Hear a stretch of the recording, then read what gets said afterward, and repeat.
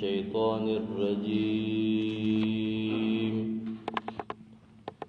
بسم الله الرحمن الرحيم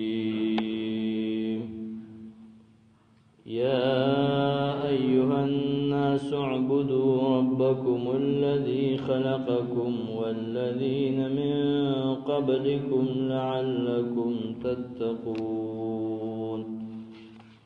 الذي جعل لكم الأرض فراشا والسماء بناء وأنزل من السماء ماء فأخرج به من الثمرات رزقا لكم فلا تجعلوا لله أندادا وأنتم تعلمون.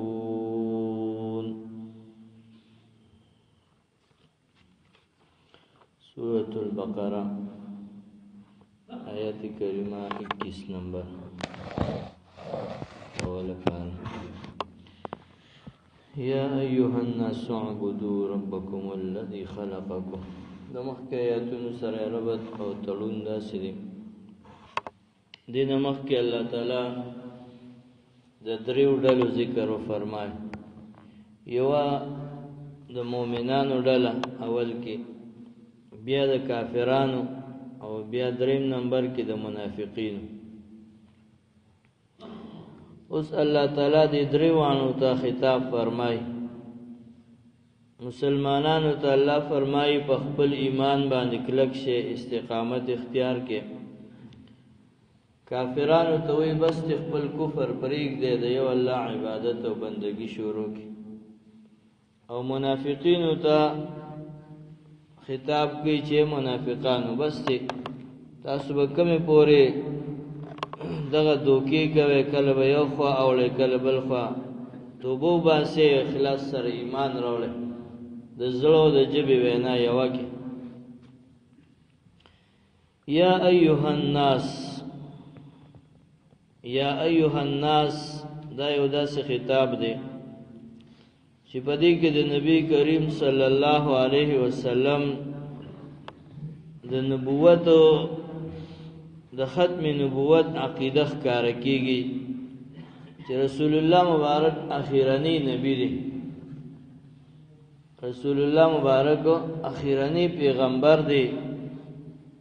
یا ایها الناس، اے خلقو، ټول خلقو ته وی، یو قوم ته نه وی.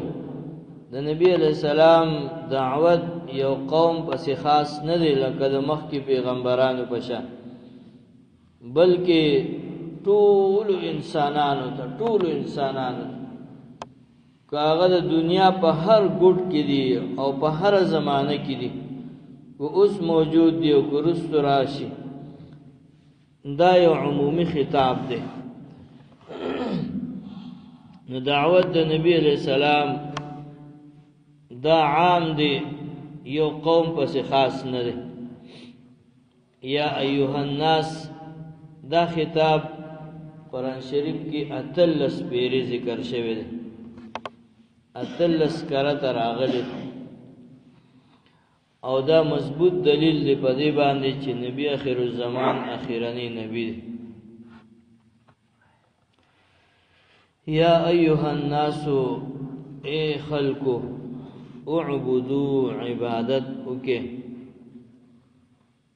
ربکم الذی، د خپل هغه رب، ستاسو هغه رب، خلقکم چې تاسو پیدا کړی، والذین من قبلکم، او هغه کسان چې هغه ستاسو نه مخکې، ستاسو مشران هم پیدا کړی، لعلکم تتقون، دې لپاره چې تاسو تقوا او پرهیزګاری اختیار کړئ. لعل کلمه د ترجی ده، معنی د امید ده. امید هغه خبره ته وایي چې د هغې کېدل او نه کېدل دواړه کېږي. کېدی شي باران وشي او کېدی شي باران ونه شي، امید والا کلمه. لیکن ابن منظور رحمه الله لیکلی دی چې قرآن شریف کې چرته لعل کلمه راشي دا په معنا د لام کې سره وي، دا په معنا د یقین سره وي. نو دلته کې شک والا معنا نشي غسته. امید کلمه چې وی هغه کې خو شک وي کنه، امید دې چې باران وشي. نو د دې دا خبر هم کې دي چې باران ونشي او باران وشي. موسمیات والا دغه سی ورکی کنه دې چې سبا باران، نو یقین سره خو نه وي کنه. لیکن قران کریم کې چې لعل راشي نو دا به په معنا د امید سره نه وي، دا به په معنا د یقین سره وي. لام کې چې ورته وایي لعلکم تتقون، چې تاسو د یو الله عبادت شروع کو نو تاسو کې به تقوا پرهیزګاری پیدا شي. چې تاسو د یو الله عبادت شروع کو نو تاسو به د جهنم د عذابونو نه بچ شئ.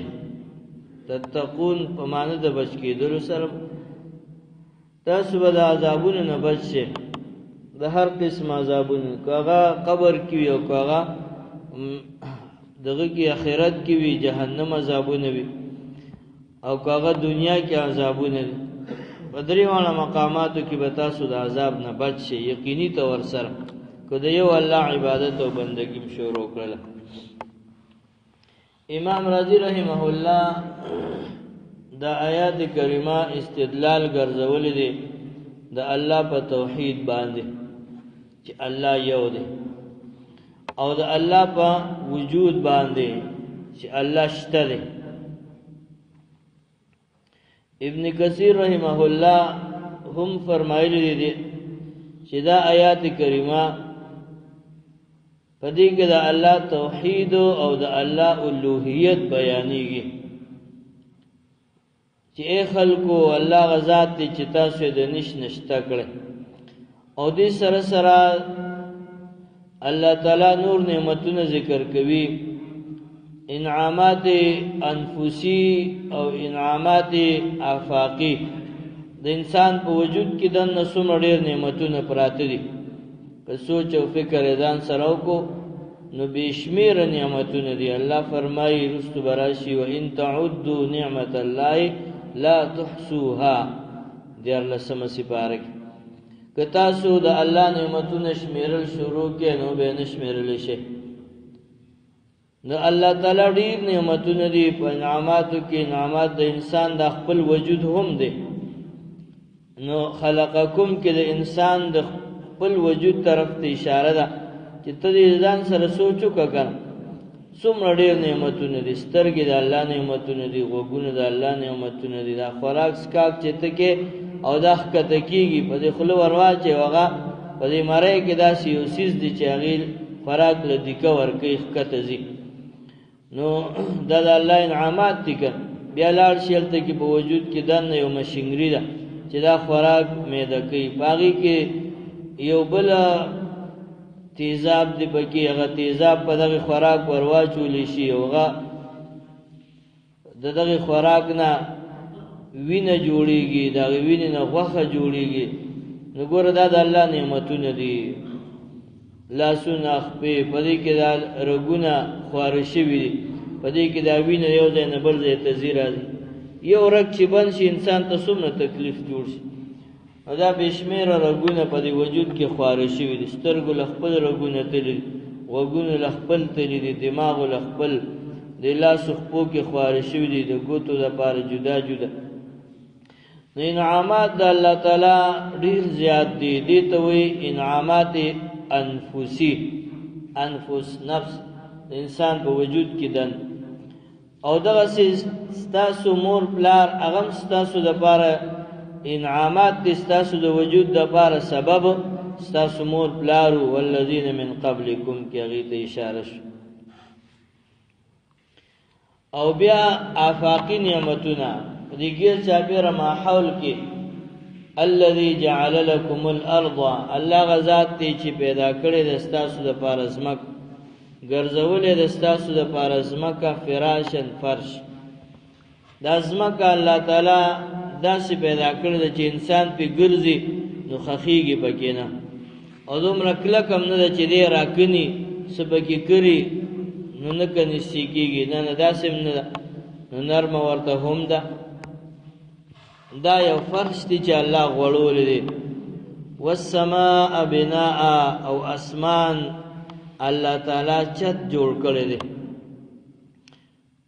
د ستاسو د حفاظت لپاره. الله تعالی دغه اسمان ستاسو د سر د پاسه مضبوط اسمان جوړ کړی چې د بر نه سره غورځېږي نه به تاسو اسمان یې منع کوي. وانزل من السماء ماء، او راورولی دی د اسمان د طرف نه اوبه. من السماء د اسمان نه مراد د اسمان نه مفسرین لیکي وریځ دی. قرآن شریف کې وځي په ځای راشي وانزلنا من المعصرات ماء ثجاجا، راورولی دی مونږ د وریځو نه اوبه. او سورۃ واقعہ کې هم داسې دی چې الله تعالی د دغه وریځو نه اوبه تاسو له څوک راوړي، من المزن هلته کې راغلی، نو کله نا کله سحاب هم راغلی دی. او هر هغه څیز چې د انسان د سر د پاسه وي بس هغې ته اسمان وي. دې چت ته هم کله نا کله اسمان ویلی شوی. مراد دلته کې د اطرافو نه چې الله تعالی د هر طرف نه اوبه راوړي، د اسمان د هر طرف نه هغه ځای کې اوبه راوړېږي، دې ځای کې هم مشرق مغرب شمال جنوب هر طرف کې چې باران راوړېږي نو هر طرف کې اوبه را روانې. فاخرج به، نو رایستلی دی په دغې اوبو سره، من الثمرات د میوونه، رزقا لکم چې ستاسو دپاره خوراک دی. نو فلا تجعلوا لله اندادا، چې الله تاسو سره دومره احسان کړی دی، نعمتونه یې درله درکړي دي، نو مه ګرځوئ د الله سره شریکان. انداد جمع د ند ده، ند مقابل ته ویلی شي. څوک د چا مقابل وي، د یو انسان مقابله کې بل انسان وي که نو الله سره مقابل نشته دی. لا شریک له ولا ند له ولا ضد له ولا وزیر له، الله سره شریکان نشته. هر قسم شرکت نه الله پاک دی. وانتم تعلمون، تاسو خو پوهیږئ. امام رازی رحمت الله علیه تفسیر کبیر کې دا ذکر کړی دی چې دا آیاتونه د الله تعالی په یووالي او د الله په وجود باندې دلایل دي. ابن کثیر رحمه الله هم د دې آیات کریمه په تفسیر کې څه دلایل اخودي دي ذکر کړي. یو باندې والا کس نه چاته پوسو کو چې تاسو سره د الله په وجود باندې څه دلیل شته چې ته الله شته. داسې خلک شته که نه هغوی الله نه مني، الله نشته، نو هغوی ته دهریان وایي. اوس هم شته دی، مخکې مو اوس هم موجود دی، شته دی. هغه اوس سره مناظره چې شوی جاوید نومې که څه نومې هغه الله نه مني. نو داسې یو کس نه چاته پوسو کو چې تاسو سره د الله په وجود باندې څه دلیل دی، نو هغه ورته سبحان الله ان البعر لیدل علی البعیر، بېشک هغه اوښ چې دی نو هغه دلالت کوي، اوښ په وجود باندې دلالت کوي. یو د اوښ پچه، د اوښ په یو لاره تېر شي نو هغه پچې کړي وي، خلک وي په دې لار روښان تللي دي. او وان اثر الاقدام لتدل على المسير، او د قدمونو چاپونه د خپو دا چاپونه دلالت کوي چې په دې لار باندې یو انسان تللی دی. په انسان دلالت کې انسان هغه وخت کې موجود نه وي او خلک وي په دې لار باندې څوک تللی دی. فسماء ذات ابراج وارض ذات فجاج وبحار ذات امواج الا تدل ذلك على وجود اللطيف الخبير. دغه اسمان چې برجون والا ده، دغه زمکه چې کلو لار والا ده، دغه دریابونه چې دا غړ غړ موجونه وهیم غټي غټي چپی پکې، نو دا به دلالت نه کوي په دې باندې چې دا یو داسې ذات چې لطیف او خبیر ذات دی هغه موجود دی؟ ولې باندې نشته داسې یو ذات چې خبیر ذات دی؟ امام مالک رحمت الله علیه نه هارون رشید بادشاہ ته پوښتنه کو وی دا الله په وجود باندې تاسو سره څه دلیل چې ته الله شته دی؟ نو تاسو سره څه دلیل شته دی؟ ناغي ورته فرمایل چې حضرت دا د جبو دا مختلف کېدل او د اوازونو جدا جدا کېدل دا ثابتې چې دا الله شته دی. په دنیا کې ډېر خلک دي، که څوک پښتو وي، څوک اردو وي، څوک عربي وي، څوک انګلیش وي، مختلف جبې وي، دغه یو انسانان دي، یو شان وجود لري، یو شان جبې دي په دې خوله کې د غوښې هغه ټوکړه دغه ژبه یو شان ده، لیکن دا چا په ژبه باندې پښتو راځي او د چا په هغې اردو راځي او د چا په هغې انګریزي راځي، د چا په هغې عربي راځي، د چا په هغې فارسي راځي. دا څوک پیدا کوي؟ دا یو الله. او بیا اوازونو ته ګوره، په کروڑو په اربو په کربو انسانان دي او دا انسان आवाज د بل انسان نه جدا دی. د یو انسان आवाज یو شان وي، د بل شان وي، خامخا به کې فرق وي. دا د دې دونه خلکو جدا جدا आवाज جوړول او پیدا کول دا یو ذات کار دی چې هغه الله دی.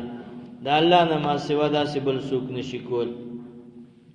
او د امام ابو حنیفه رحمه الله مشهور واقعه، یو دهری سره مناظره راغلی و. دهری وی چې الله نشته دی، امام صاحب ته وی چې شته دی، دا نظام الله چلی، هغه وی دا په خپل چلی. یو وخت یې وټاکو چې مازیګر به پلانی ځای ته راجمع کیږو، نو دنیا خلک راجمع شوي. امام صاحب چې راته نیر نه هغې غاړه په هغې نیر باندې پول نو، په هغې به کشتۍ راتلله. نو د خپل ټیم نه لږ شان لیټ شو. نا دهري ورته وی ګوره تا چې کوم ټیم مقرر کړی و هغې ته راونه رسېدې.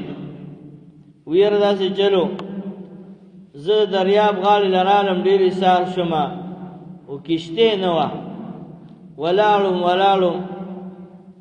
ډېر انتظار مې وکړو. وی دا څنګه راغلې؟ نو چې راغلې وی داسې چلو شو چې ناڅاپه یو ونه راکټ شوه او هغه ونه هغه ماشین شو، تختې شوه، تختې ترېنه جوړې شوې، تختې یو بل سره یو ځای شوې او میخونه پې په خپله ټک والی شو او بس زما خواله راغله، زه پکې کېناستم او دا کشتۍ په خپله روانه شوه، زه پکې دې غاړه راواوړېدم.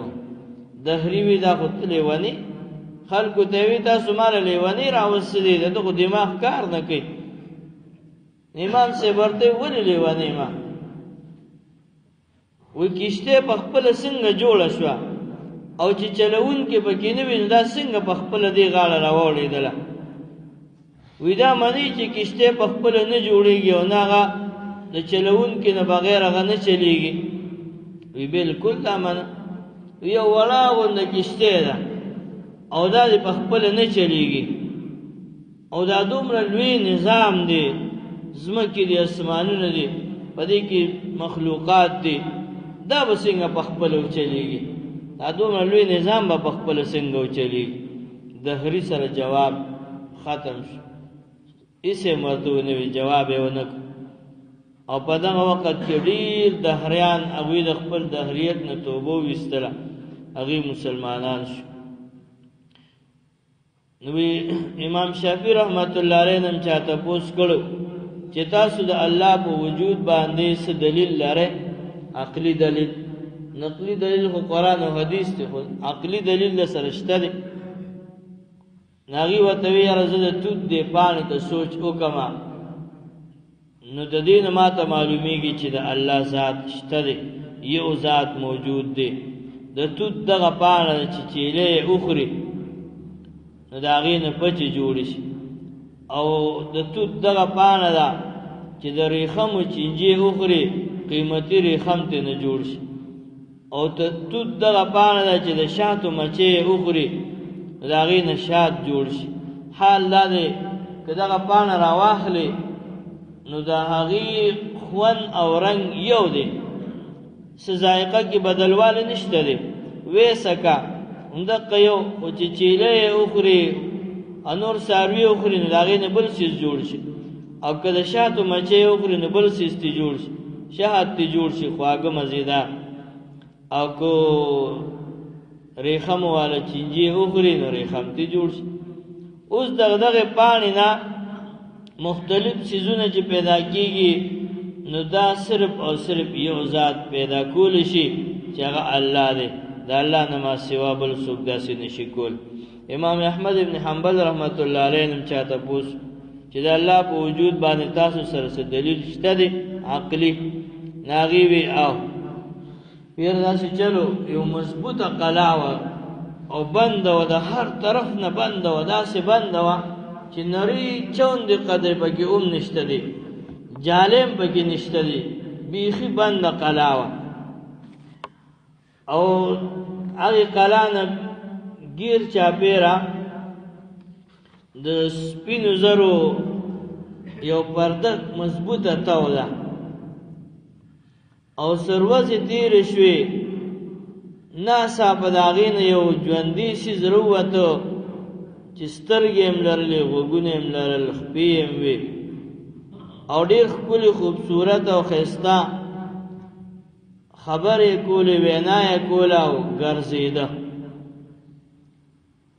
وی داسی محفوظ او بند مکان چی اغیتا دن نا حوام نورتللا او باقی که یو جواندی مخلوق پروتو و غبار تروتو وی چی دا چرتا دا خلق ورته چې دا قلا او دا مکان دا محل چرته دی دا تا چرته ولیدو وی دا تاسو هرچا لیدلی د چرګې انډې ته وګوره مضبوطه بنده د بیخي او باغی کې دنه د چرګې بچي موجود دي صحابه کې اخلي او هغه دنیا ته راشي او هغه بیا ګرځي خوراکم کوي هغه سات باندې ټونګي شروع کی او ګرځیدل شروع او خلینه اثر ناشنا ناشنا आवाजونه روزي وی ما وی چې په دې بند قلا کې چې دا ژوندۍ مخلوق ساتي دا صرف او صرف یو ذات دی چې الله دی دا الله نه ما سوا دا سبل څوک نشي کول دغه یو الله دی چې دا مخلوق په دې بند قلا کې بند ساتي نو د دې نو ما معلومه کړی دی چې الله یو دی دا د الله په وجود باندې او د الله په یووالي او توحید باندې عقلی دلایل د علماء نورم بشمیره ابن کثیر رحمه الله د تدام نقل کړي نورم شته دی آیات کریمه کې آیاتونه کې الله تعالی ترغیب ورکړي چې بس سے کافرانو ته د خپل کفر نه توبه وباسه منافقانو ته د خپل منافقت نه توبه وباسه مسلمانانو ته تاسو په خپل اسلام او ایمان باندې کلک اوسئ یا ایها الناس اعبدوا اے خلق عبادت کوي ربکم دا خپل ربکم الذی خپل هغه رب خلقکم چې تاسو پیدا کړی والذین من قبلکم او هغه کسان چې مخکې تاسو نه لعلکم تتقون دې لپاره چې تاسو تقوا او پرهیزګاری اختیار کړئ الذي الله غزاد جعل لكم الارض چې ګرځولې ده تاسو لپاره ازمکا فراشن فرش والسماء بناء او اسمان چتو وانزل من السماء ماء اور اورولې دي د اسمان د طرفنا اوبو فاخرج به من الثمرات رزقا لكم پس رئیستلی دی پا دغی اوبو سرام من الثمرات دمیون رزقا لکم چستا سود پار خوراک دی فلا تجعلوا بسم گرزوی للہ دا اللہ دا پارا اندادا شرکان وانتم تعلمون او حال دا دی چتا سخبو ہی گے صدق اللہ العظیم